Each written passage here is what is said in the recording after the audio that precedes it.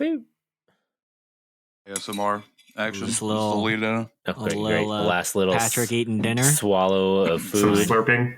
Yeah. I definitely slurp. That's- I will say that I used to really dislike slurping or like chewing noises. Oh, yeah. But I realized that that's like, I think, a really privileged American thing, because I think in a lot of cultures, it's not like you chomping with your mouth open, but it's like, it's not so, I think, frowned upon or looked down upon as I feel like. I don't know. yeah. I feel like in Korea, like it was, I feel like we've learned that at some point. Or maybe somebody said the that. noodle slurping. Yeah, like a noodle is slurp. almost recommended.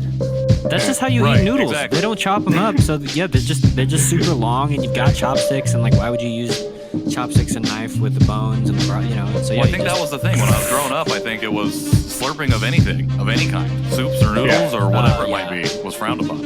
I think that's just an American thing. You should just take it as being polite that you like it that much. You're listening to the Janchi Show, hosted by 3 Korean American adoptees diving headfirst into what it means to be adopted, Korean, American, and more. And now, here's your hosts, Nathan, Patrick, and KJ.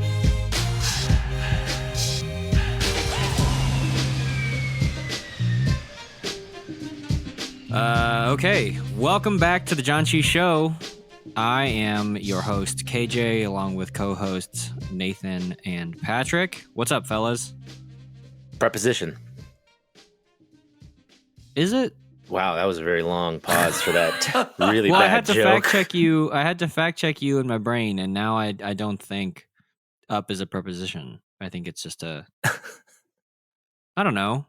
A Sorry, word. that's a really bad old joke that I used as a. You're a kid. bad old joke. You're a high flying Oh. joke. Oh, nice. Good save. Good save.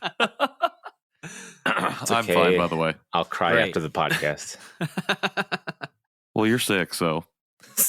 In don't know case what you that's to do with didn't it. know, by the episode that you decided to download, if you happen to, I don't know, maybe one of your friends started hitting play and said, listen to this. But if you didn't know, this is the Janchi Show. Janchi means to feast or to celebrate. It's a Korean word. And that's what we're doing here on the show. We are 3 Korean adoptees chatting about our intersectional identities and celebrating what it means to be Korean, American, adopted, male, everything in between. I don't know, man. That's what the show feasting, is. too. Oh yeah, and we eat food Feasting. or drink drinks. We have some type of drink food and eat. we do some type Drinks. of caloric consumption at the end of Oh, the there show. you go. So that's what's up. Yeah, Yeah, sounds good. Yeah, sounds that's great. all right, great, good Good talk, night. everyone. That's That was the end. great. That's the end of no, the show. dang it! I just deleted the. Dang it. Whatever, it's fine. You deleted the soundboard? I did. I Ah. deleted the soundboard. I was gonna just Oh, play is the that what you were gonna outro, play? and I don't know. instead I deleted it. It's fine, you know. It's fine. Before we get into the interview, I just wanted to say that I watched the pilot of Pachinko on Oh. Apple TV Plus, and hot take, I think it's the best pilot I've ever seen. Interesting. Oh. And like pilots are notoriously, bad.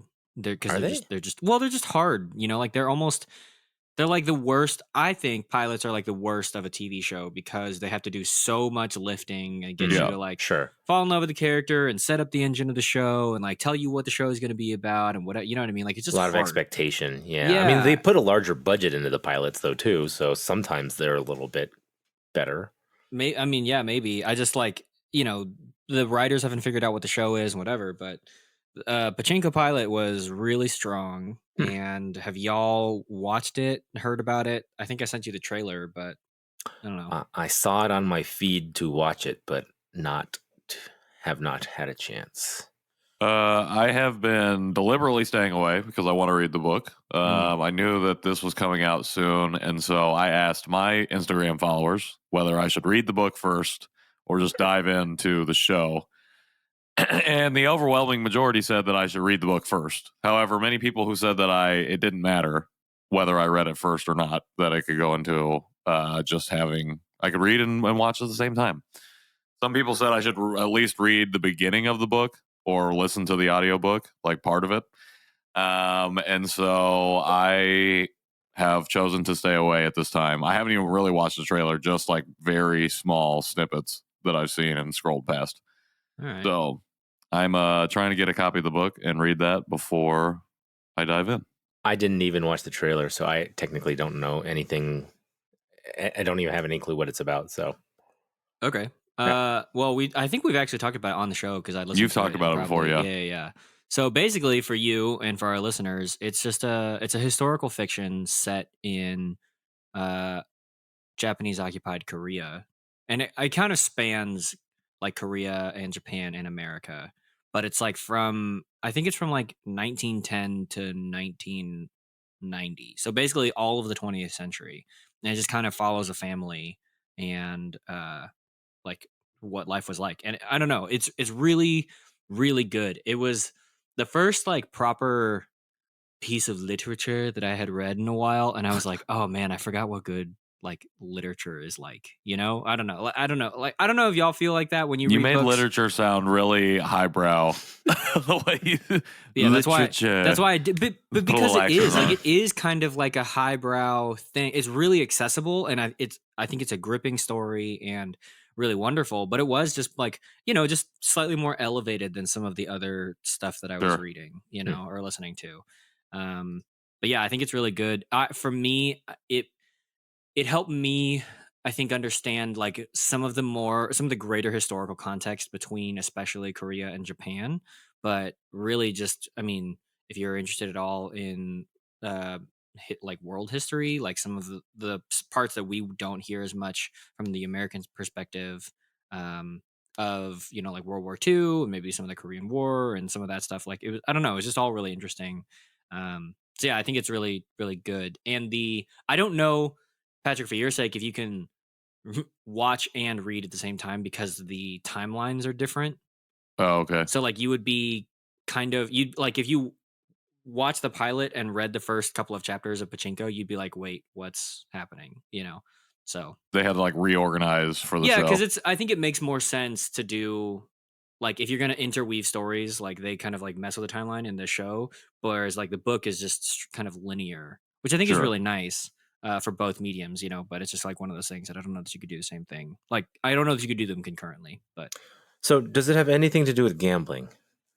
It does, in that Pachinko is like the backdrop of the family. Oh, I see. So it's more like a location than it is like it's like I don't know. Yeah, it's like a location and like a way of life without like, but it's not like this family was like a high stakes poker players. And, you know, it wasn't like, it's not like that. But it's included somehow. Yeah. That's interesting. Because when I heard that title, I was like, oh, that's interesting. I still have a Pachinko ball actually that I took from Japan from my one trip there. That I stole. I stole. I don't know if you can consider it stealing because you're paying for the balls to play the game. Right, so technically I bought it. Yeah. But just say you stole it. Just admit it on air. Drive it like you stole it. I get the Japanese police going to come, you know, over to my house now because I stole one ball. Yeah. Anyways, I'm really excited for it. It looks gorgeous. It looks really great. And I have only heard, I think the first time I heard of the book was actually when you mentioned it, that you were reading it. And I was like, that sounds very interesting. And I've only ever heard that it's a masterpiece, essentially, of literature. So I definitely want to get my hands on it. So that's the next book I'm planning on reading, even though I have 10 on my shelf behind me books to read, that are like, I've literally pulled them out so they're sticking out. So fast. I know that I have to read those. And just taking my time, taking my sweet time. Yeah, I'm really excited about it. I think besides it being like a good historical look into Korea and Japan and those relationships, something that's unique about watching the show is like a lot of it is subtitled because they're speaking in Korean or Japanese. And so like Apple TV does this nice thing where the English language is white, Korean is yellow, and Japanese is blue.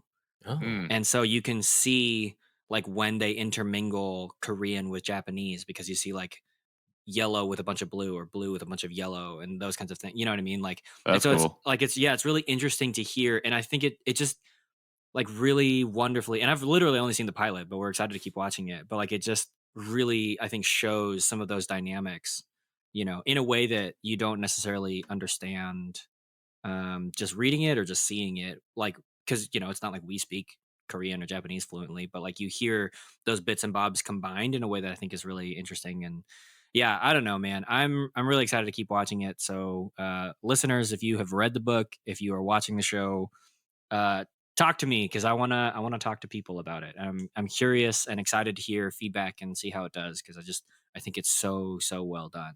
So call in to our voicemail and leave us a voicemail about your thoughts on Pachinko, the book, the adaptation, anything to do with Pachinko. The game. Let us know. It's fine. 972-677-8867 if you want to leave that voice note. Yeah. But I think it's a story of resilience, of Han, if you will, and a real exploration of what it means to be Korean, what it means to survive, what it means to thrive in the midst of forced blending of identities, maybe forced assimilation, and staying true to who you are, which I think leads really nicely into our interview today with Rick, because of really his conversation with us and his story with us about reckoning with being mixed race, Korean American, and adopted, and really all of that goes into it. And I don't want to give too much of it away, just because I don't know, it's just so engaging. How did y'all feel? I mean, I could tell, but like even now, having sat with the interview, how do you feel about it? How do you think about it? A couple of days removed. I thought Nathan was going to jump in there. I just, having sat down to like re-listen to the episode as I was editing it, I found that, again, very engaged. I felt like I wasn't editing so much as I was just listening to him retell this story, because there's so many different things that are going on that I feel like we haven't, and we mentioned this during the interview, but haven't really talked about on our show before, just because we've not really had the privilege of speaking to somebody who sits at the intersection of so many different identities and so many different things that are happening. So I'm really excited for everybody to hear this conversation, because it is just another in a diverse set of voices that we've been able to have on the show, and I think it really enhances everything that we've done so far. I concur. Nice. Classic. Nathan's sick. Do you concur? Do you concur? Why did I just concur? All right. Well, without further ado, here is our conversation with Rick Allen. Hey.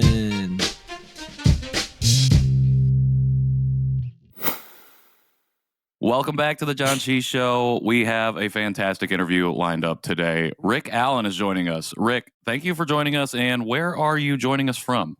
I am in Arlington, Virginia. Arlington, Virginia. We've had a few guests from the show from Virginia. I don't know if Arlington, the DMV. Yeah, as we learned in Arlington's in that though, right? Oh, is it? Yeah, Arlington is. Yeah, it's Arlington City or County borders DC. It's where the cemetery is. Yes, exactly. Oh yeah. All right. See, I don't know. I haven't been out east very much. So, well, Rick, very happy to have you. I feel like the first time we connected was on Clubhouse, if I'm not mistaken. It may have been on Instagram via the show, but I feel like I'd seen you in our rooms, or in the rooms that we were hosting, quite a bit. And I don't know, did we connect and have some conversations then? I apologize for not remembering from the multitude of Do I know you already? I just forgot. I know Rick, but I feel like, and I heard your voice, and I'm like, I recognize your voice when I was watching your videos earlier, but I just wanted to make sure, like, as we go into this conversation, that I'm not forgetting anything. I don't think there's anything specific or landmark that either of us are missing, really. At the time when I was most active on Clubhouse, I was in Ohio. Okay. My daughter was born in August, and my wife and I spent about 6 months in Ohio after we got back from Belgium. Wait, can you explain that for me? I'm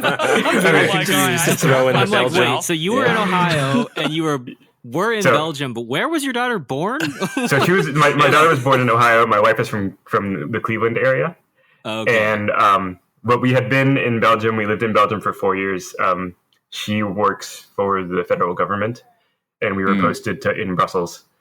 Cool. Oh, she works for the American federal government, not for the government of Belgium. Okay. Yes. So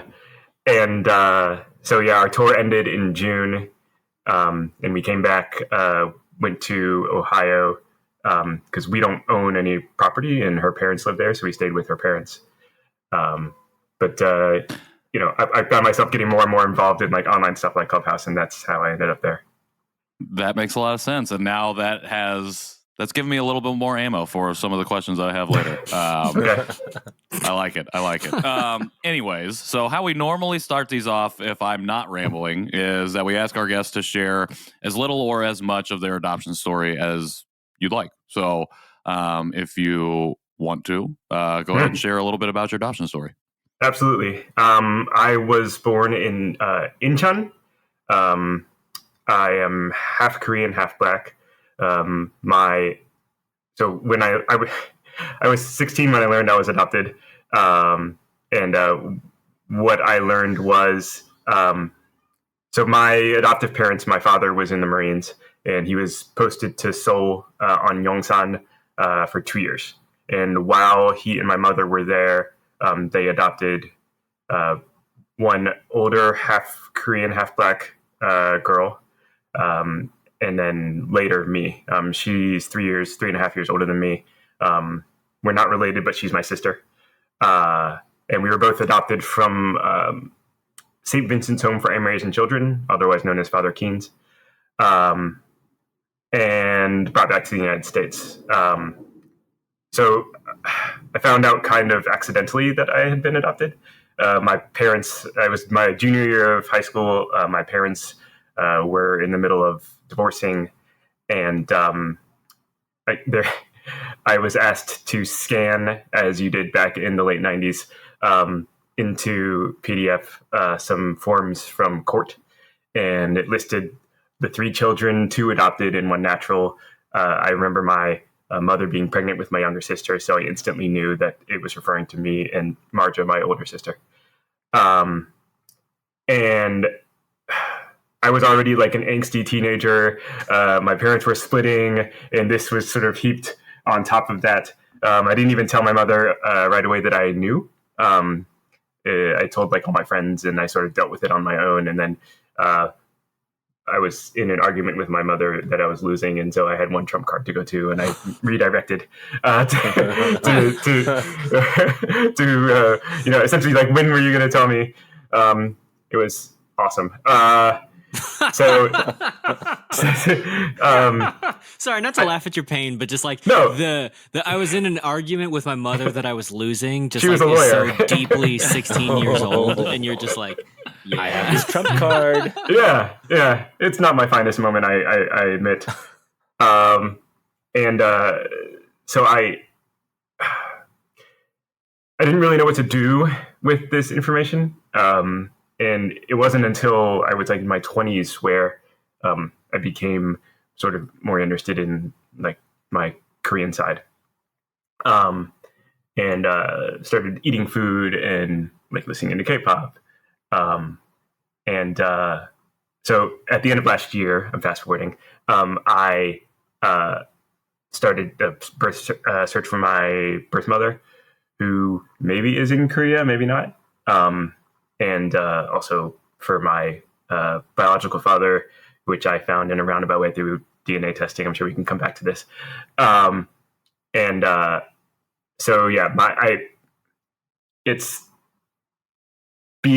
sort of a transracial adoptee in that I'm half Black and my parents are Black, but they're also not Korean. So I don't really have any sort of like Korean background to lean on. So yeah, I guess that's the abridged version. Well, there's a lot more to.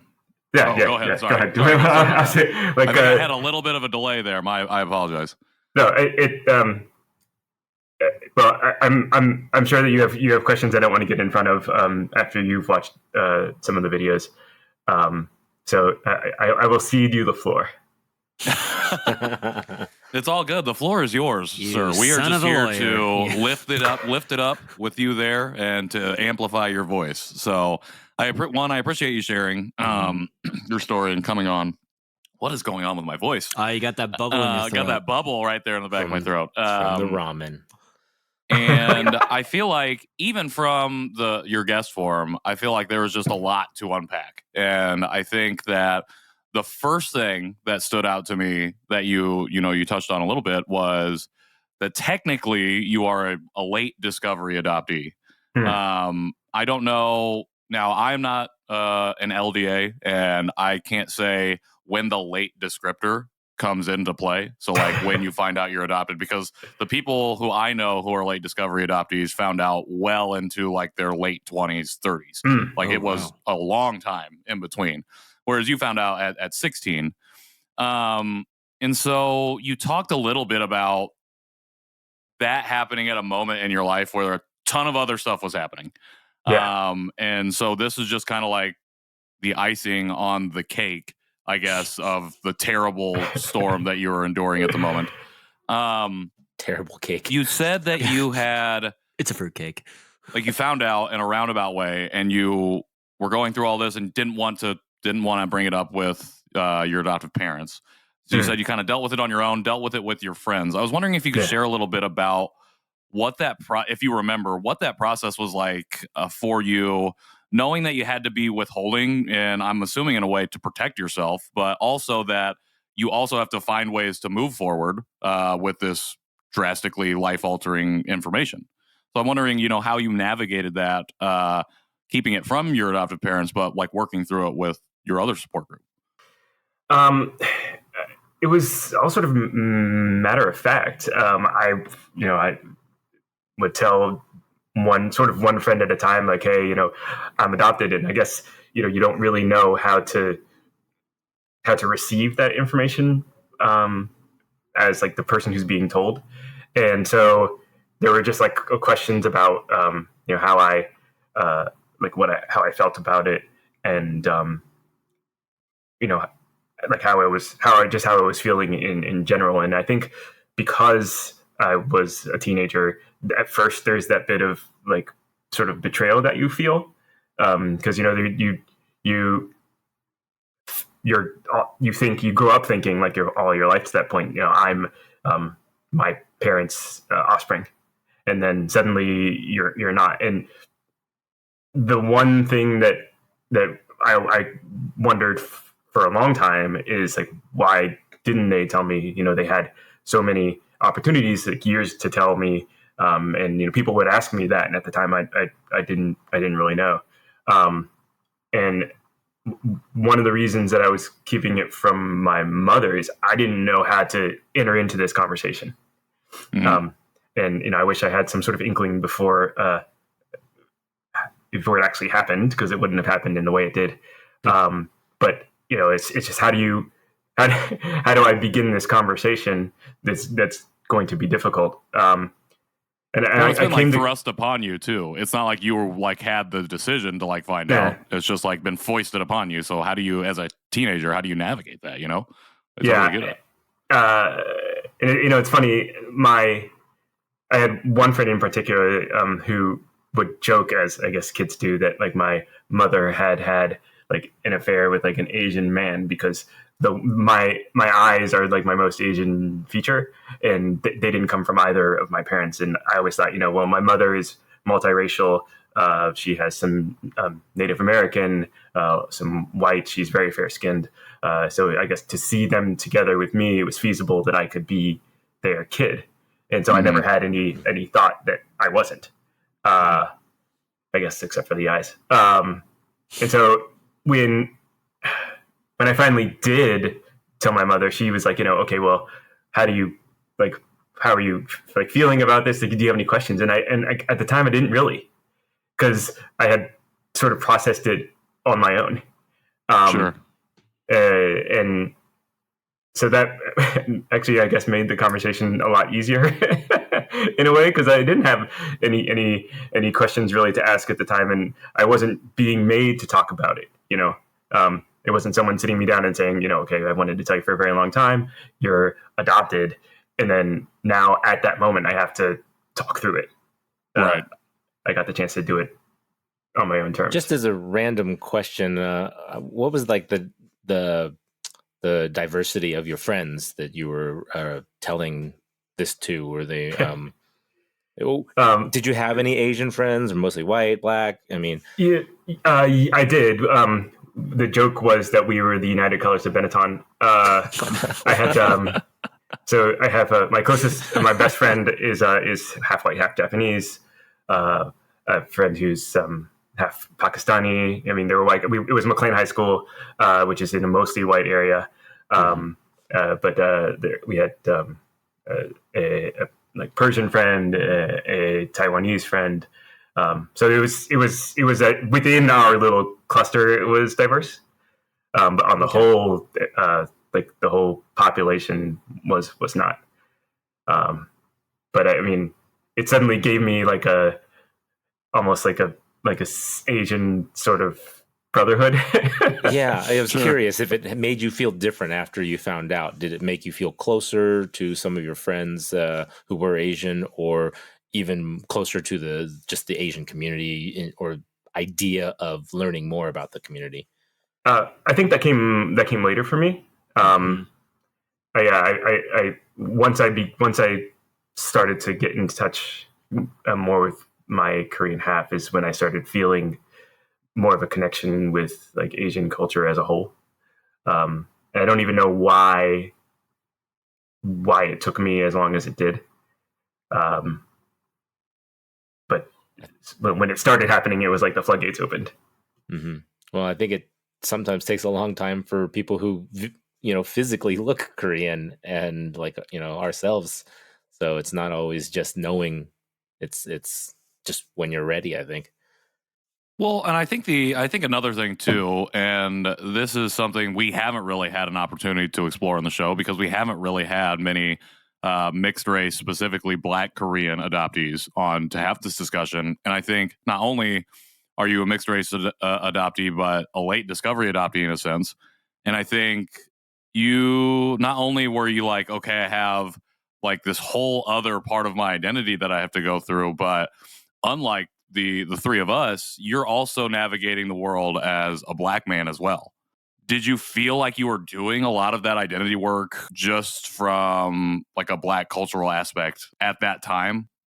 I was sort of brought up with Black culture, right? Mm-hmm. And I've, in a way, I think I'm over the past few years, especially sort of feeling like I'm abandoning it because I'm so concentrated on Korean culture and learning more and more, especially because we're moving to Seoul for my wife's job in August. Oh, dip. And so I feel like I'm trying to make up for lost time, and taking as much as I can. I started learning. I'm taking Korean language classes, and it's a lot. I don't know why it was put aside. I don't have an answer. It's just become super important now. Well, I mean, not to just like write your own history. So, but from my perspective, like thinking about my own journey, I wonder if it's not so part of my understanding myself as Asian American has really been to look at the conversations that the Black community is having, that the Indigenous American community is having, that the like Latinx community is having, like those conversations, and think about, okay, so like, especially for like East Asians, we're just like, oh man, people of color, what does that mean? Whatever, like all of this, like we have our own set of things, right? Whereas I think if you're like, definitely if you're a Black person and living in America, essentially the browner you are, the more at risk your life is, right? For literally just being alive. And so I wonder if it wasn't just a matter of like, so you are Black, your parents are Black. And so like, while there might be some discrimination, maybe some like colorism talks and stuff within that, you're just like, here's what you need to do to survive. And so we're going to raise you in this culture and prepare you to live and survive in the world because we want to see you be a healthy, growing human boy, So I wonder if that's not part of that. And now that the pendulum is, maybe quote unquote swung, not that it's really swung anywhere, but maybe for you internally, as you felt like, okay, so I am ethnically Korean, which does make me Asian American, and now that Asian American lives are uh, prominently threatened culturally, and you're like, okay, so now I've got to like not only I think bring my own training and preparedness as a Black person, but also being like, well, what are the things that I can celebrate about being Asian? I don't need two identities that make me feel afraid to be alive. I would actually like to celebrate who I am. And so, you know what I mean? And so I wonder if that's kind of the pendulum that you're feeling inside of yourself, and you're like, is there anything good right now? Can I just laugh a little bit?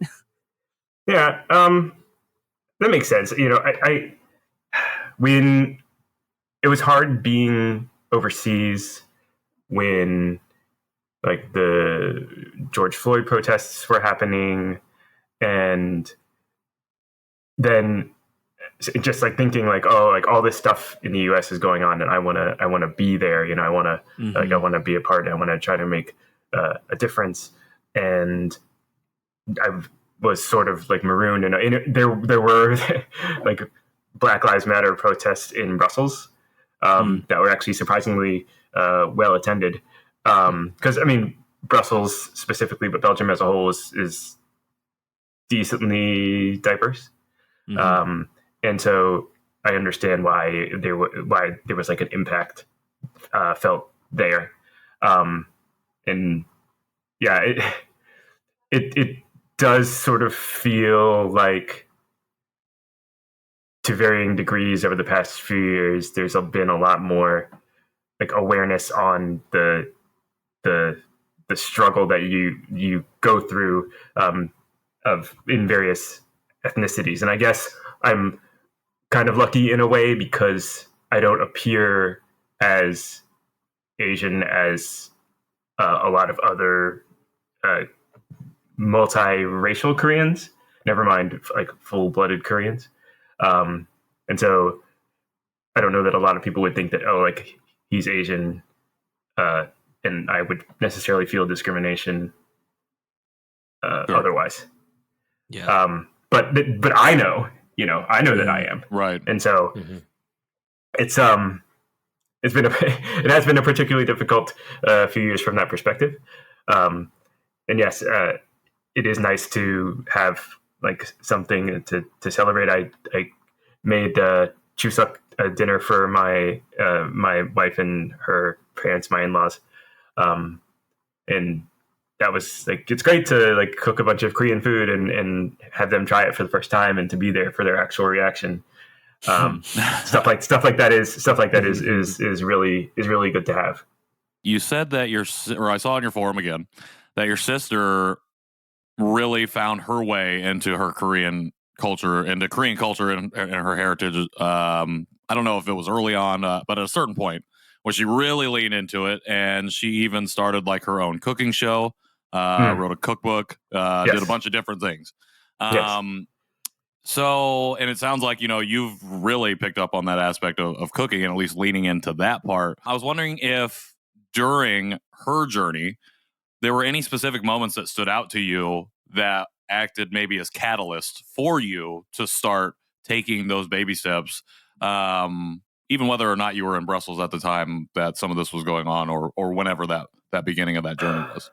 I don't know if she knows that she's really like encouraged me to the extent that she has. But so she her show was the Kimchi Chronicles. It was on PBS. There was like one season, and there's a companion cookbook called the Kimchi Chronicles.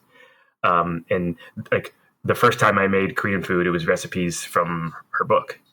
And watching episodes of the show like encouraged me to like try different foods, because the first time I had kimchi, I was like, what on earth am I eating? It's an acquired taste. And I mean, of course, like I eat it now and like all kinds of kimchi. But her show encouraged me to be more open when it came to Korean food. Now, at the time that I learned that I was adopted, she was living in New York City with her biological mother. Wow. Yeah. And so, she was 3.5 or so when she was adopted. So she's always known. And she speaks of like having sort of sensory memories, like the first time she had like certain Korean foods, like she would remember like things from Korea. And so she, like I was later, furnished with this like folder of documentation surrounding our adoptions, and so used that to find her mother. And she has to this day a relationship with her. In 2019, my wife had a temporary, like a short-term job in Korea, in Seoul, just for a month. And so I went for a week, and it was my first time in Korea since being adopted. And so spent a lot of time. My sister came over, spent a lot of time with her biological mother, her mother's sister, her aunt, her cousin. She has like an extended family there. And they were super welcoming, and they're very excited that we're coming there in August. So it's and they were helpful. So we on I think my penultimate day in Seoul, we hired a car to take us to Incheon, and on a hunt for the site where where St. Vincent's once stood. It's a church now, and we had my sister's biological mom and aunt with us, and it's great because Marta speaks some Korean, but they're native speakers, and with their help, kind of navigated our way around Incheon and found this church. And I have them to thank for that, because if not for them, I don't think we ever would have. So it's. I don't necessarily think that I will ever have this sort of relationship that she has with her biological family, but knowing what she's found is a bit of a spur to try. Sure. And I think all of those journeys are going to be unique, even if our adoptive siblings go on a reunion journey and find their way to reunion. Even if I were to go on and my sister did do that and I were to go on it, I don't think that it would be the same, and the outcomes could be wildly different, all of those variables. But I think it's really incredible that not only that you were encouraged by some of the things that she was doing, but even upon her reunion, that her family welcomed you in as well, and that you guys were able, or that y'all were able to bond in that way, especially to kind of explore Incheon and be able to get to the former agency of where you were adopted from. And so I guess I have two questions off of that. One at a time. What? So one at a time. Yeah, one at a time.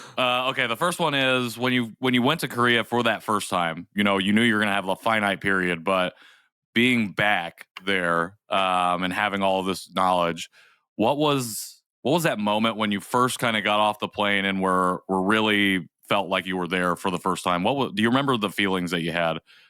It was in anticipation of what was going to happen, because I stepped off the plane and like I hadn't slept on the flight, and and it was like early morning in Seoul, and I was like, gosh, like what is this going to be like? Because sure. I didn't allow myself to have any ideas about like what we might do. I just wanted to like be there, and like eat food and like see some sights, but mostly just like experience the city, and then on the side, this like little journey to try to find the St. Vincent site. But it was just, it was like an uncertain anticipation. I don't know. I feel like it's difficult to describe. I'm not doing a great job of it. And then like my first day there, we went to a lunch. We went to lunch, my wife and I, and it was like the realization that there. I don't know how much English I thought there was going to be, but there was like less than that. Because we're walking down the street, and there are like bars and restaurants, and looking for a place to eat, and the menus are outside, and the first one that had English also is where we stopped. And it was on this trip where I was like, oh God, I got to learn how to like read and to speak, because I'm coming back at some point in my life, and I want to be able to get around. And getting around was not difficult, because I mean, a lot of places you go in there, and the staff sees like foreigners walk in, and they sort of huddle together off to the side to decide which one of them is going to come over and speak English. Which one of you has the best English? Yeah. Yeah. and then you're fine. And so, it wasn't until like the pandemic where I had a lot of downtime, and I taught myself how to read, and then I signed up for classes to learn how to speak. But yeah, it was kind of weird to not have expectations. But I feel like if I had them, I would have spent like the whole trip trying to reach them. Sure. And but it was just like, I'm going to a completely foreign place. I mean, I'm from here, but like not really. And so what could possibly happen? Yeah. Right. So endless possibilities. Well, Yeah, I always like exactly. to ask, because I've never been back. KJ has been back and Nathan has been back, and I just like to hear about the different experiences. And when you were saying that you felt like you weren't doing a good job of articulating it, I felt like that in itself I felt like just you recounting and trying to recall, I think, really spoke volumes. I don't know what I'm saying. I mean, a lot of volumes is still volumes. Yeah, is it? That's true. It spoke volumes to me, because I felt like, in that moment of you trying to like recall those emotions, I felt like that was almost kind of like what you're saying. You went in with no expectations, because how can you? Because then you're expecting everything. You just don't know what to expect. But you had a lot of anticipation and anticipation. Which I kind of, when I went, my first time in Korea was not only my first time in Korea, but it was also meeting my biological family. So I kind of had both of those things to kind of fight against each other, where I'm wanting to learn the culture and see Seoul and see Korea and see where I came from, but at the same time I'm being kind of chauffeured around by my family, so I'm trying to get to know them. I'm trying to understand a lot about that, and so that was kind of an interesting thing. I kind of wish I had gone to Korea prior to meeting my biological family, but I know I'll be back, so I'll have more time to do both, I think. Yeah.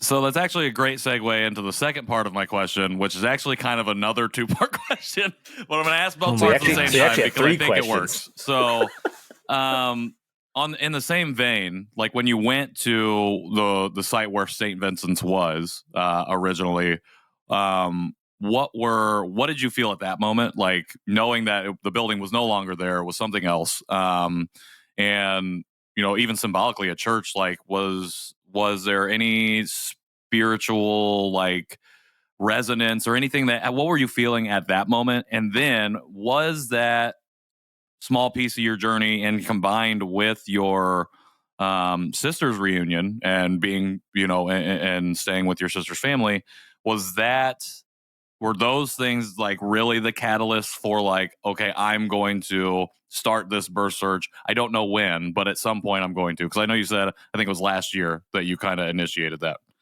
Yeah. So it wasn't like a spiritual thing, really. The reason I wanted to go is I felt like there is where my life as I know it began. I mean, I was an infant. I was a newborn basically when I was adopted, but who knows? I mean, knowing what is well known about like mixed race Koreans in Korea and the difficulties that they can face, if not for having been adopted by who adopted me, there's no way to know obviously where I would be, but I was like eternally grateful for it all having unfolded in that way. And so I was like, I need to go there and to see it. And we went in, and there's still that sort of uncertainty about is this it? Because you don't really know, and I didn't understand like the address convention, and it has God, changed makes no over sense to me. Yeah. So I'm like, okay, this I think is it, but I don't know.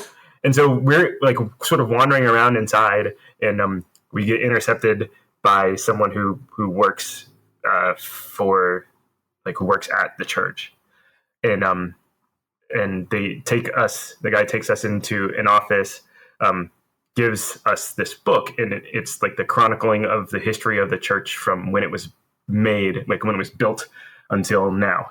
And there's pictures of like parishioners and people of the cloth, and then there's a section about like what it used to be, and they're picked, and it's like Father Keen's, like St. Vincent of Grenadines, and there are pictures of the home that stood on the grounds before.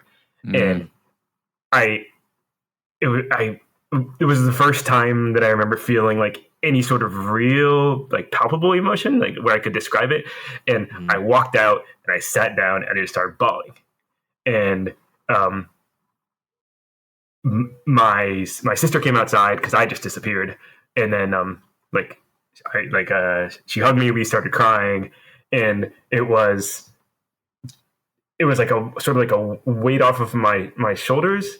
It just like I felt like I've done it. Like I've gotten to where I actually know is like where I came from, and now I can sort of like I can from here just like sort of soldier on, continue on the journey I'm on. And this to answer the second part of your question, third. It's the 12th part of his 8th question or something like that. I didn't really feel the compulsion. So my birth search didn't actually start as a search. When I learned my wife was pregnant, I thought I need to find out as much as I can about my health history. Yeah. And so, yes, that's what it's called. And so I did a 23andMe test. Because I was like, this is the best thing, the health focus one that also tells you like if you're genetically predisposed to like cilantro. So helpful. It Yes, is very helpful to know. It's scientifically proven I don't like cilantro. I hope my child doesn't like cilantro. Well, just for the record, it says I shouldn't, but I do. Okay. So take that genetics. So when I got the test back, and it's it tells you whether you have like I guess a chance of an elevated chance of developing Alzheimer's, some other things, but a side effect of this was that I had a second cousin, and so I didn't do much with it at first, but it kept kind of like gnawing at me, and I reached out to him. I determined pretty quickly that he would be related to my birth father. But he didn't. So when I was adopted, my adoptive father went on a search for my parents, my birth parents. He found my biological mother, and he compiled this, for lack of a better terminology, a dossier about me and my adoption. There's a 20-page written narrative of his search for my birth parents, including like an interview format of him talking to my birth mother, asking her questions about how I was when I was born, and about like her history and where she's from, and her parents, and so she tells him my birth father's name, and from then until now, basically now, is like I thought like this is what his name was, and I would occasionally do Google searches for him and come up with nothing. And so I go to my second cousin from 23andMe, and I'm like, is there anybody in your family tree with this name? And he says no. And he has like one of those online family trees that has like 100, 200 people in it. And I'm like, well, if this guy's not on here, then where is he? Yeah. But he's like, I'll like ask around a little bit, but we don't know. I don't know of anyone with that name or anything close. So I was like, okay. I thought, this is a dead end. There are hardly any Koreans in my matches on 23andMe. But I guess it was sort of festering in the back of my mind. And when we moved from Ohio to Virginia in November, I did an ancestry test. And ancestry test yielded the same second cousin and a supposed first cousin, but they weren't genetically related to each other. And I was confused by that at first, but it hit me that if I could find out where their family trees overlap, I could find my father potentially. So what I found was my grandmother, and she had, I would learn through the second cousin, 2 sons, both of whom served in the military, both of whom served overseas. And I was like, what do I do with this information? So I did what any normal human being does, and I Googled them both. And I found one of her boys was stationed overseas at one point in his life, because the internet has everything. I found an email for him, and I was like, I'm just gonna send him an email. I was very careful with my wording. You may be my biological father. This is how I arrived at this conclusion. And I was like, I hope he reads, checks his email, and I hope he responds. But I don't want to send a letter because I don't know if he's married now. Was he married then? If it's him, and does his wife know that he so many things I was trying to avoid, so many pitfalls. But he didn't respond. A couple weeks go by, and second cousin comes back to me, and he's like, so her other kid we know was in the army, and he was stationed in Korea. And I think it was the first time in my life I ever heard a record scratch, like you do on TV, Right? Where I was like, oh my God, what could this really be? Mm-hmm. So I basically sent him the same email. I changed some things, and he eventually, a few days later, he responded to me, acknowledged that it was possible that he fathered a half Korean child. Now, I have pictures of my biological mother, and I know her name, but he didn't remember her name. But it was also 40 years ago. But he was instantly sort of accepting of having fathered me. Now, since then, we've done a DNA test that confirmed it. But my email, I was like, I'm not looking for reunification necessarily. Mainly, sure. I'm a father now, and I want to know for my kid, what she may be genetically predisposed to. And, I want to be able to tell her at some point, this is your grandfather's name. He doesn't have any other kids.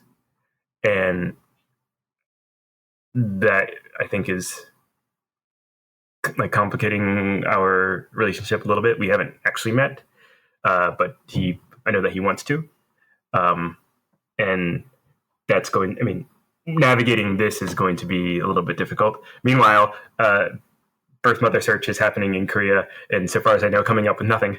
And I never thought that I would find my father, because all the information we had about him, the state he was from, his first and last name, turned out to be wrong. And yet here he is. But birth mother, we know her name. We know what we believe to be her registration number, but we haven't got anything on her yet. So who knows? Dude, that's a lot. I'm processing. I'm like, yeah. Thank you so much for sharing all of that. Yeah. Wild. Like you said, the internet is fascinating on how much research you can do, and and in which directions you think you may be going, and then they have throw you a curveball and you go in a different direction, and that turns out to work out. It's I mean, at the same time, I know for a lot of people it can be frustrating, can be amazing, can be surprising, can be it's just the fascinating time I think we live in right now with the access to all this information. So I mean, I found like 3 different emails for the guy who we eventually is we learn is my biological father, and it was like throwing spaghetti at the wall and see if anything sticks. 2 out of 3 emails bounced back, and the third one didn't, and I was like, all right, well, I guess we'll see if it's him. And it turned out to be. How are you feeling? I feel like, having gone through this, I'm like, I literally can't even deal with everything that you just told. Like, how are you? How are you doing, man? I think I'm good. I'm very fortunate to have. I know that sounds very convincing. That sounds entirely appropriate. I think it's a classic "I'm fine" situation that we've all, I feel like, thrown out at one point or another. I'm good. I occasionally have moments where I usually like right before going to sleep, or I'll say something to my wife that, like, expressing like some doubt about, like, should I keep on this path, or have I done the right thing? Because one of the things about searching that put me off when I was younger is it's not just me. Like, if I find one of my birth parents, then I'm suddenly potentially uprooting their life, and I didn't want to foist that on somebody. And I guess at some point my selfishness won out, and I started. It's a fulfilling journey, and I know now, like, where I come from, and I have, or at least as far as my father's side goes, and I have this enormous family tree on that side now. But I don't think I would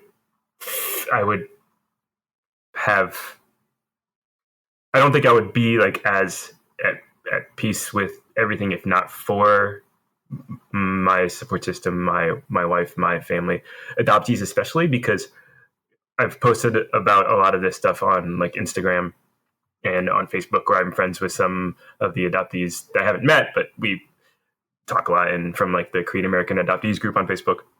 And where most people, who have not been adopted or have not adopted, don't know adoptees, find out that I found my birth father, their immediate reaction is, like, congratulations, that's great. But adoptees are much more careful Timid. about like the assumption that this is like a great thing. Yeah, it's like, hey, are you okay? Exactly. You stepped on a landmine, and it's either explosive with, like, bad stuff or explosive with, like, confetti. So I don't know. It's a toss-up but either way, every it's time. going to explode at some point. Yeah, Exactly. Yeah. Interesting analogy. I've been really, I'm really appreciative of the community of adoptees that I'm part of for a lot of things, but I mean, especially as I've gone through this, like, just there are no assumptions about, like, what I want, and or how I'm feeling. It's always just a question of, like, are you okay? How are you dealing with this? What do you want? And that's not something that I can get from everybody. Oh, for sure. Yeah. And I just want to affirm you in the way you've been navigating this relationship with your biological father, because it made me think about the last guest we had on. She, when she was pregnant, entered into reunion with her biological mother and is now navigating that as she is a new parent, and doing all of these other things, all these life things, and then everything that's happening in society here in America towards Asian bodies and Black bodies, and just trying to figure all of that out. And I feel like something she talked about that really resonated with me was just this sense of, like you just talked about, adoptees understand that reunion isn't always hooray. It's not always 2 thumbs up, great. It is puppies and rainbows. Another step. Yeah, it's another step in this really probably traumatic process of trying to unpack and get to a point of healing, a place that you can now move forward from, in a way that hopefully you want to be moving. And I think that just hearing you share that experience and just hearing about, even like you said, when you turn to your wife at night, that at the end of the day, thinking like, am I doing the right thing or how am I doing this? I think just even asking those questions and having set yourself, it seems like, with some of those boundaries in this reunion, I think is a really great thing that you're doing, because like you said, reunion's not just you, it's also this other person, but it is also you on the flip side. It seems like he's wanting to press the relationship a little bit more. And for you, it's like, well, I found you because I really just wanted to get biological information, medical history. And now it's like, because sometimes you don't even think about the other worms that are jumping out of the can that are affecting. It's now open. Yeah, it's just it's open. It's wide open. The can is wide open. The worms are spilling out. And so I just wanted to affirm you in the way that that I took from your story and what I got from this experience that you've been going through so far, because you are just like a new father, a new parent. You guys are getting ready to move to Seoul and do all of that. And we haven't even talked about that move yet. We've only talked about the past stuff. And it's a lot. Like, you got a lot going on. And so I think it sounds like you got a great support group around you, a support system. And I just want to add to that support and add to those affirmations, and just that I commend you for navigating all of this all at once and for having done it for a long time. And I think it's really, really amazing. Yeah, I appreciate it. So that brings me to kind of Patrick's question. I was going to ask that, how are you navigating the future with the move to Korea, plus raising your daughter with this kind of not newfound, I guess because you have known since you were 16, but with this dual cultures, is there going to be any change in how you raise her, or things that you've thought about? So we've talked about it, and we want her to have exposure to a lot of cultures, and that's good. I mean, that comes in a way with my wife's job and how it's going to take us from place to place. Mm-hmm. Speaking specifically of Korea, we had a bakeo for her. We're gonna have a doljanchi before we leave, and we want to. Bakeo is the 100-day celebration, right? Yes. Bakeo. Yes. Yeah. I was like, wait, I know that word. It's I don't know. It would definitely. I don't think it was like your typical historically accurate one. Whatever, dude.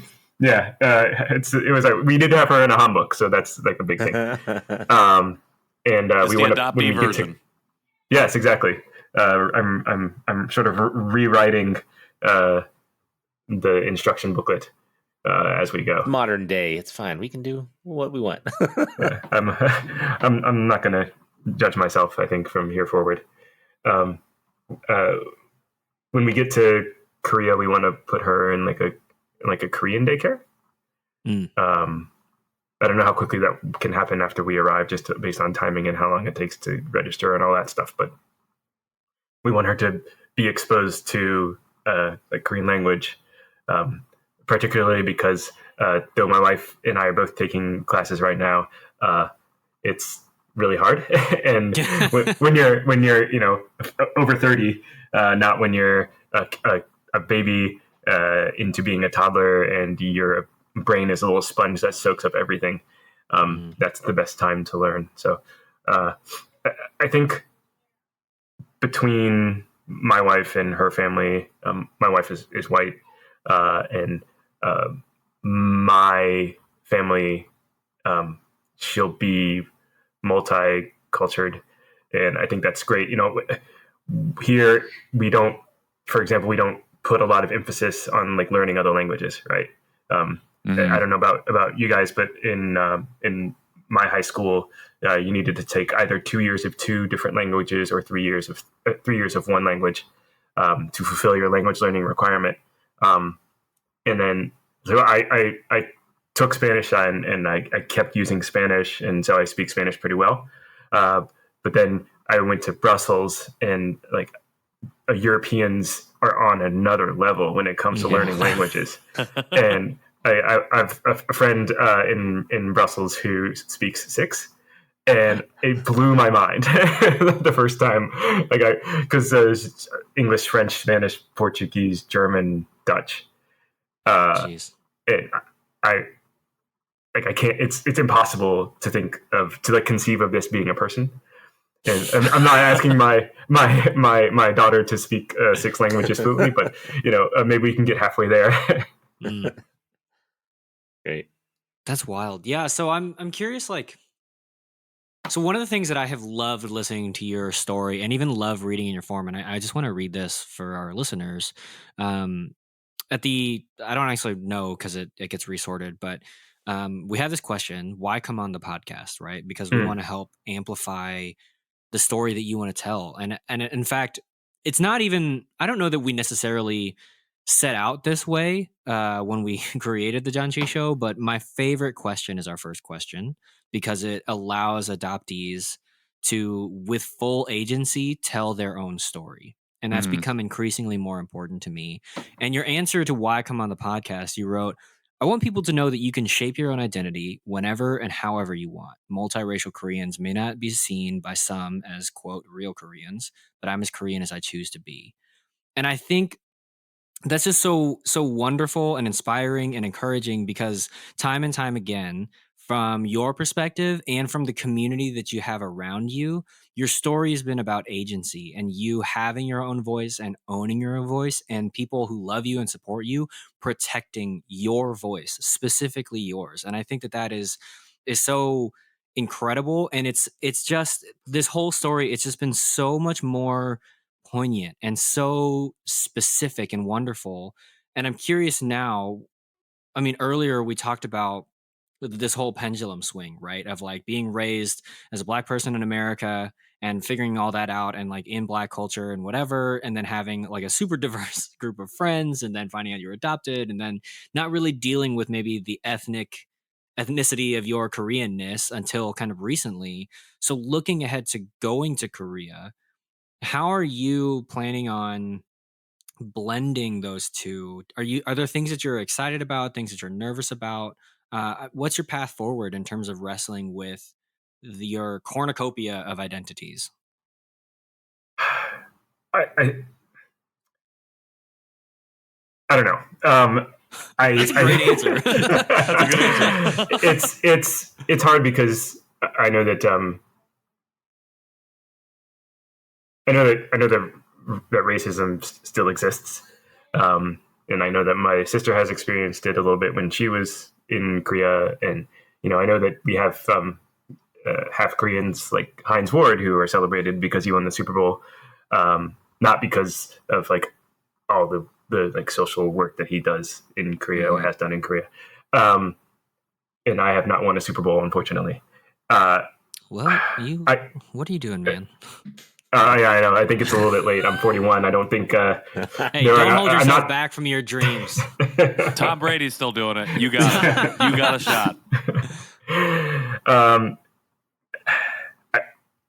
I'm going there sort of prepared for. I'm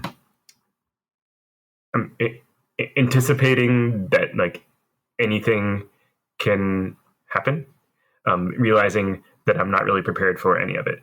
And that I didn't realize was like a thing until I found out that I got confirmation that my birth father is my birth father. Because I assumed, like I thought it was him, but I needed to know.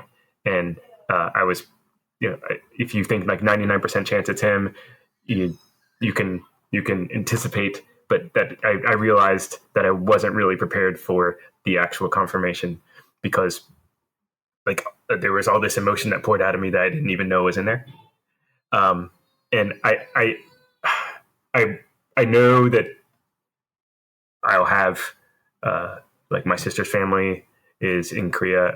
I have a Korean friend I went to school with that lives in Hong Kong. He comes back. Like, I'll have people there, but I also want to be like accepted by Koreans, and I know that can be a difficult road depending on the person. And so I don't even know how I'm gonna do it. I mean, I'm like learning to speak Korean as best I can before going, and I'm learning about like Korean culture. But I know it's not until I'm there and like meeting people and they're meeting me and finding out who I am. Will I find out whether I am or am not accepted? And that's all I really want. And so hopefully, being who I am is enough. But only time will tell. We're going to be staying in a highly American. We're going to be staying on Yongsan, which is still where most of the Americans who are affiliated with the embassy live. But I vowed I will not allow myself to be enveloped in Little America. I got to branch out. And so Itaewon. Yeah, it's a good start. It's a good start. Not just because of its proximity, but there's a lot more places I want to go and see and meet people and feel more and more legitimately Korean. But yeah, time will tell. I don't know. I wish I had a better answer than I'm just going to go there and I'm going to see. But that's how it feels, because I can't. No, I don't want to predict. I think going there and just being like, I don't know, but I'm going there eyes wide open is a great place to start, because you never know, and people can surprise you in really wonderful and really terrible ways. And even when we talk about agency for ourselves, like, let other people surprise you with who they are, in as much as your personality will shine and will make people fall in love with you and make people think like, wow, gosh, he's so wonderful. Why do we ever give him up? But like, I think there is like giving agency to someone, right? And not just being like setting yourself up and be like, oh yeah, you're going to be like this, I think that's really important. So I think just going eyes wide open is a great headspace to be in. And I think it's a great way to prepare not just yourself, but your family, and Right. even, your sister and her family, and having those conversations, be like, yo, this is where I'm at right now. And I think that's a really, really lovely, simply said, hard, difficultly executed place to be. So, and at the end of the day, you always have your new friends here at the Janchi Show, where we heartily accept you and who you are, heartily, and for who you are. And I say that because I really appreciate, everything that you shared in your story. I feel like I resonate with a lot of it, but really resonate with what you're saying here at the end, that you're going into Korea and going into this new part of your journey, and really, just wanting to be accepted for who you are. And I think that's something that I've struggled with and have always sought and have always yearned to have, no matter where I've been at. And that's a byproduct of my adoption and growing up in a community that didn't look like me. And I think that I just wanted to say I really resonate with that, and I appreciate you sharing all that you shared with us. And and he's going to sleep on your floor when he comes to visit Korea.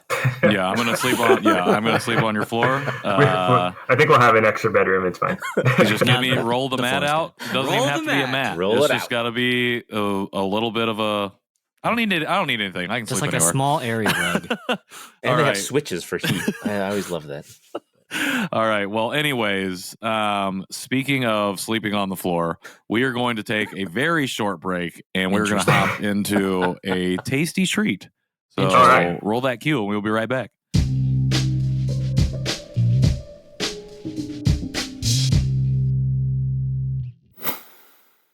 Welcome back to the Janchi Show food portion, snack portion. Tasty eating portion, whatever you want to call it. The tasty eating portion. That's what I'm titling. I'm going to call it. Tasty That's good. eating Tasty portion. eating. Because it's almost always been tasty. There's only been one exception. So there's some doubt. We need to revisit the non-tasty ones. I think we need to be a little bit more respectful. Oh yeah, people want us to be. Whoa, okay, real you heard it here, disappointed. everyone. We're I'm down to try it revisiting again. the chestnuts. We're revisiting Oh, the no. chestnuts. I'm down to try it again because I do feel like We didn't give it enough we skewered credit. it a little bit too harshly, I think. Yeah. Anyways, that's not what we're here to talk about. No. That's not what we're here to talk about. Today we are going to enjoy something I think is, I find this hard to be not enjoyable. So it is an apple cookie made by Chung Woo.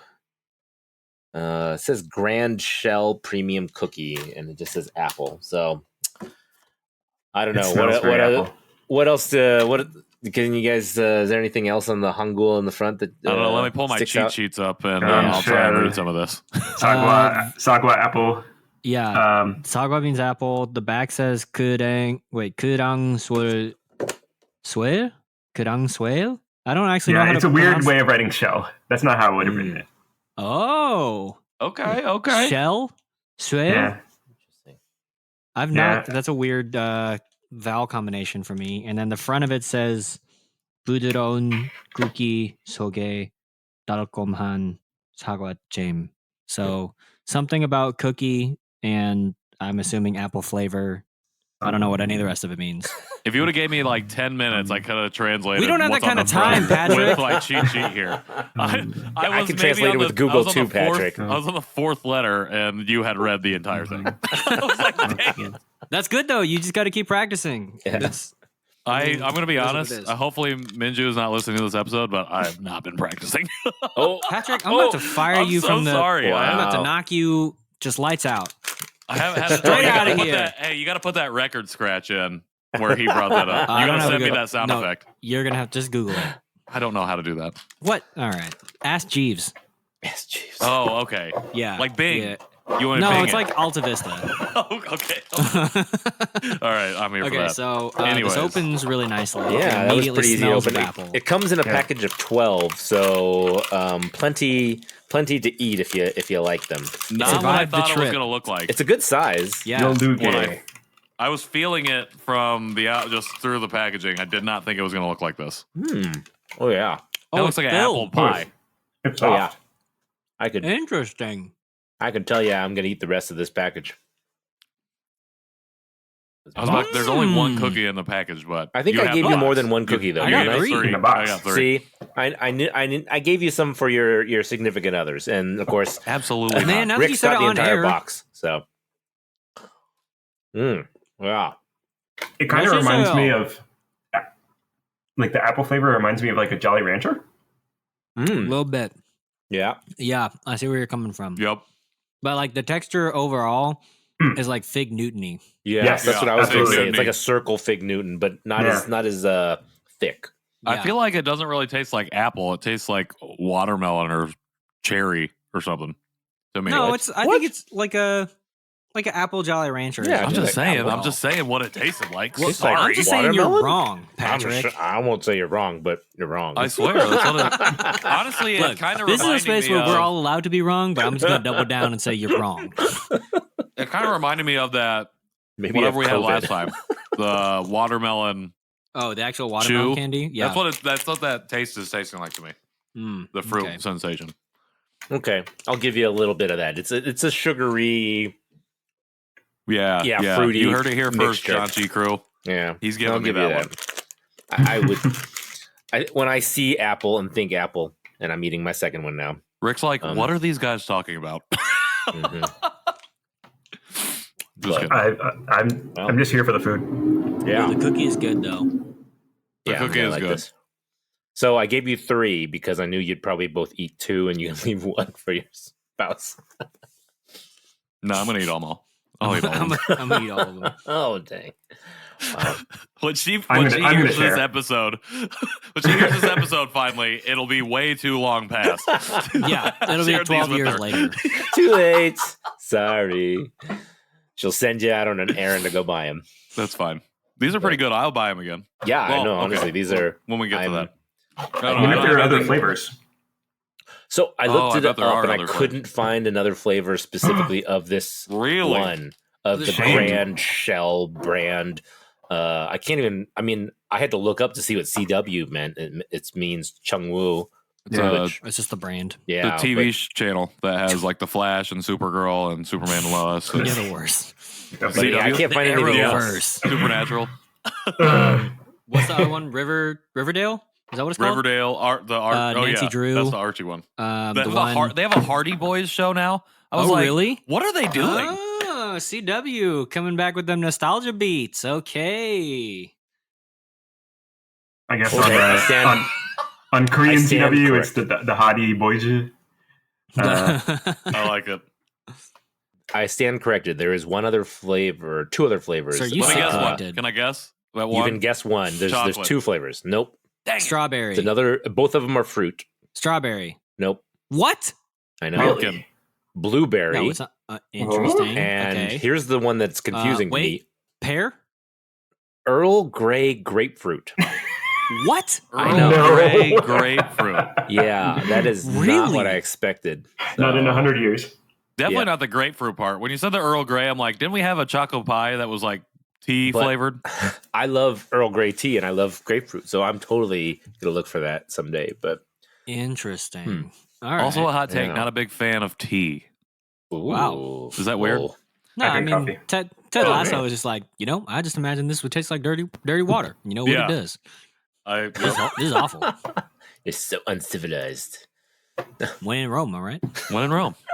I don't know. These are really good though. I'm gonna try the other ones. So, Rick, what do you think? Scale from 1 to 5. How many apples do you give these cookies? Let's say 3.5 apples. All right. Can I give a half apple? Absolutely. You can You give can give us whatever It's your kind of world. We're any just living in it. decimal you want. whatever fraction Oh, of okay. the apple you want to Whatever give. floating point number. Yeah. Wow. That's. I will admit that's lower than I was thinking. I'm Yeah, gonna so go what with. I'm gonna go with a 4.5 for me. Really? Don't ask me what I think you're going to ask me because I don't have an answer. Why? What Alright. takes I don't off have the another points? cookie. I don't have another apple cookie to compare it to. Mm. It's Perhaps just if I it's eat just another apple cookie and it's garbage, then the rating of this cookie goes up.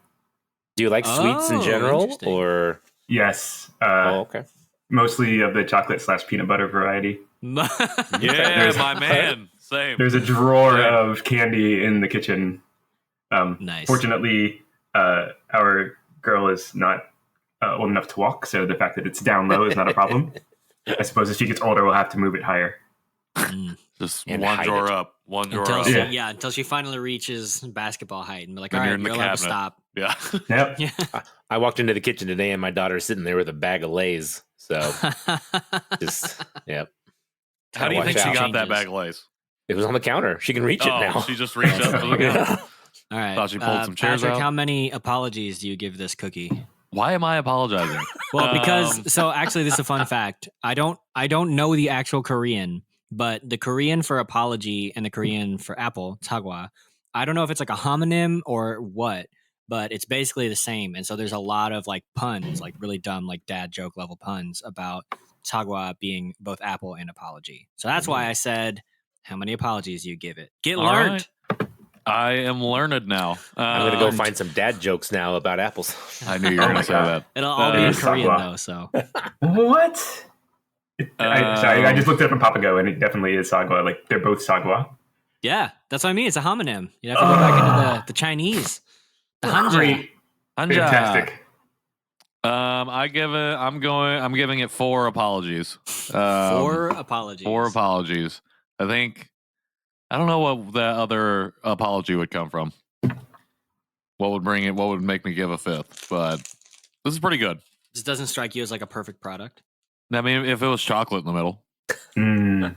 I would 100% give it a 5. Okay, here's a question though. Do you think, based on how Koreans historically, the snack makers of Korea that we've tried, do you think that they would do chocolate well for something like this? I think it would be super thin, like a really thin strip of chocolate.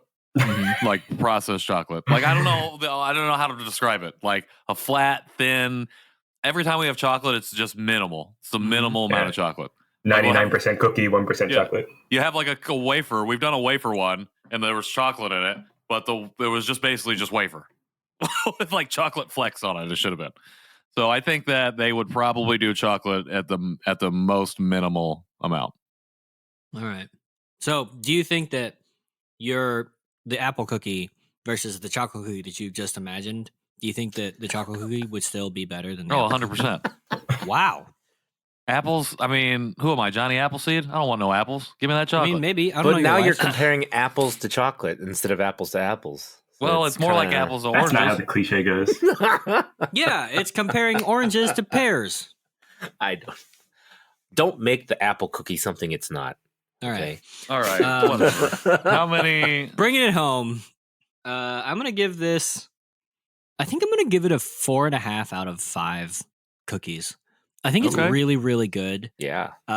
It actually was long enough between eating the first two that I went ahead and ate the third one before giving it the Oh, you already ate them all. I still I have did. my other Yeah, two. yeah, yeah. Sorry, No. Sarah. I still got my Um, other two. Can you believe it? It's okay. I'll It's the same thing. She won't hear this until by the time we're like deep into year 3. At Yeah. that point, I'll just buy her some. Next time I'm going to send you 4.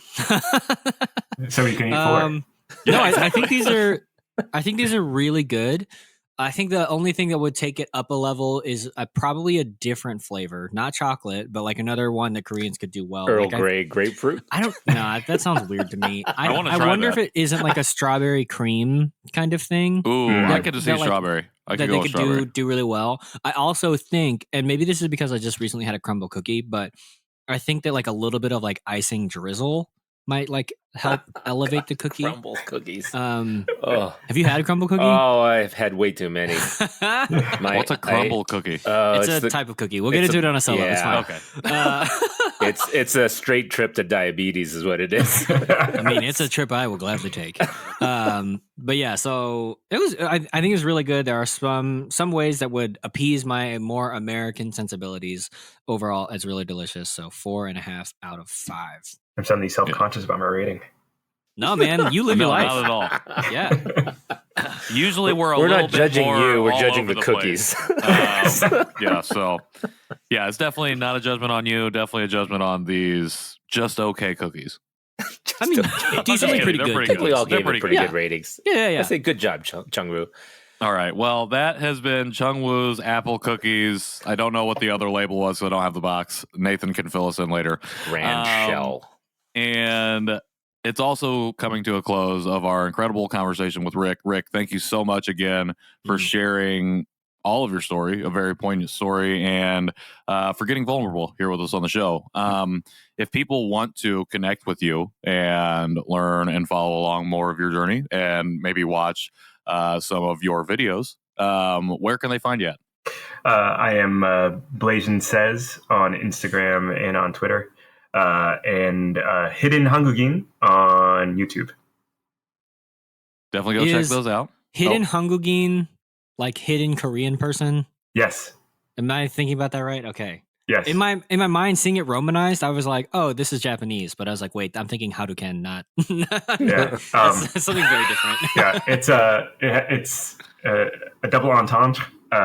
It's because I don't appear to be Korean, and also my journey unearthing the hidden Korean person inside of me. Ooh, Love it. we got layers. Love it. He's That's like a good an title ogre of a, in that of a sense. song, I would think too. I think there's something in there. What, Hidden I love it. Hangugin? Yeah, Okay. I think there's something there. All right, We can't all steal it from Rick Dibs. though. He he beat just me called to it. dibs. He We beat got me it to it. recorded. All He's right. called the dibs. We'll deal with the legalities later. It's All fine. right. But until we deal with those legalities, you can also find us anywhere on social media at Janchi Show. Please go to you can go to our website to support us in multiple different ways, janchishow.com. You can also contact us, sending us an email to janchishow@justlikemedia.com, or you can leave us a voicemail at 972-677-8867. We're just saying we're available, okay? If you we just want to talk. We just want to be friends with you. So please be friends with us. Yeah, just be friends with us. It's not a demand. It's not weird just an unless you ask. make it weird, you know? Yeah. Just grovel a little more, guys. You can find me at Nowak on Instagram. Nathan's coming in with those cool dad vibes. Whatever, dude. Whatever, dad, dude. What? You can find me at Patrick in the World on Instagram. And I am at KJ Roki, wherever I want to be found. This is a real polished outro. This is a real Rick. polished outro. Rick, thank you so much again. Best of luck to you as you make your move here to Korea. I know it's in a few months now, but hopefully we'll have some more conversations before then, and even after then, because we're going to continue to be friends. But until then, and until next time, we will see y'all next week. Janchi Heyo. Heyo! Bye.